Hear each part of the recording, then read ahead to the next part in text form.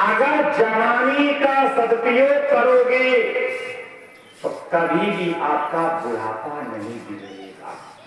और बुढ़ापा उन्हीं लोगों का बिगड़ता है जो जवानी में खूब गलियां घूमे हैं, जवानी में खूब पराई माँ बेटियां तकी हैं, और उन्हीं लोगों का बुढ़ापा बिगड़ता है।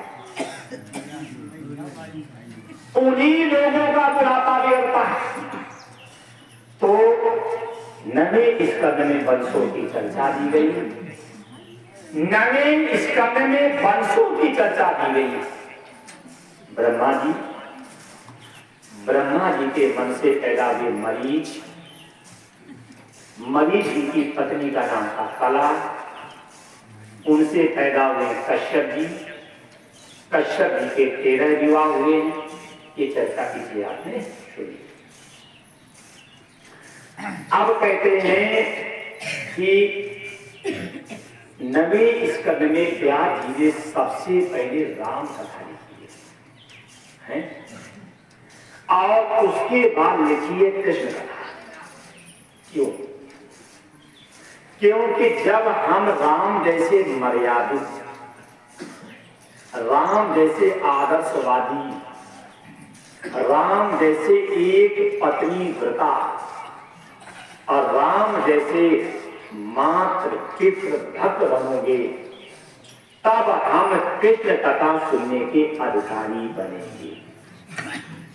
क्योंकि राम कथा जो है ये जीवन को सुधारती है और कृष्ण कथा जो है ये मृत्यु को सुधारती है।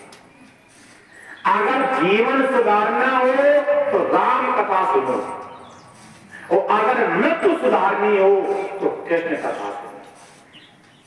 राम कथा जीवन को सुधारती है और कृष्ण कथा जो है वो मृत्यु को सुधारती है।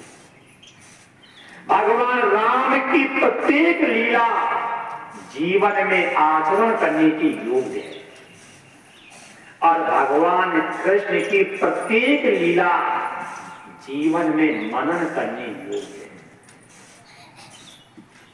अगर मान लो भगवान कृष्ण की लीला को आचरण में लाओगे तो उन्होंने तो 6ठे दिन विष पिया था, तुम पी के दिखाओगे? राम नाम है, इसलिए राम की लीला आचरण में लाओ और कृष्ण की लीला का मनन करो। राम ने करके दिखाया है और भगवान कृष्ण ने करके दिखाया है। चार बातें ध्यान रखना। गीता योग शास्त्र, उपनिषद संयोग शास्त्र, भागवत योग शास्त्र और मानस प्रयोग शास्त्र। क्या मानस प्रयोग शास्त्र विश्व की हर समस्या का निराकरण जो है रामचरित मानस के अंदर है। तब मानस प्रयोग शास्त्र और भागवत योग शास्त्र जीव और परमात्मा का कैसे वियोग हुआ है इसको एक करना ये भागवत का काम है। तो हमने आपसे कहा था कि पूरी की पूरी भागवत आपके और मेरे ऊपर है। पूरी की पूरी कोई भी कथा उठा लीजिए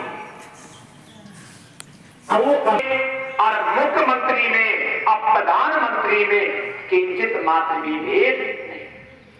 ऐसे सम्मिल सत्ता माया उपाधि से ईश्वर और अविद्या उपाधि से जीव, अगर माया रूपी उपाधि और अविद्या रूपी उपाधि हटा दो तो जीव में और ईश्वर में और ब्रह्म में कोई भेद है क्या? ये भागवत का उद्देश्य यही है कि हमें माया रूपी और अविद्या रूपी उपाधि को समझना है। और वही राजा परीक्षित अंतिम में कहते हैं नष्टो मोहा स्मृत लब्धा, मेरा मोह नष्ट हो गया और मुझे स्मृति मिल गई है। किस बात की? तक्षक विनाशी है, शरीर विनाशी है। तक्षक शरीर को काटेगा मुझ अविनाशी आत्मा को छू नहीं सकता। यही तो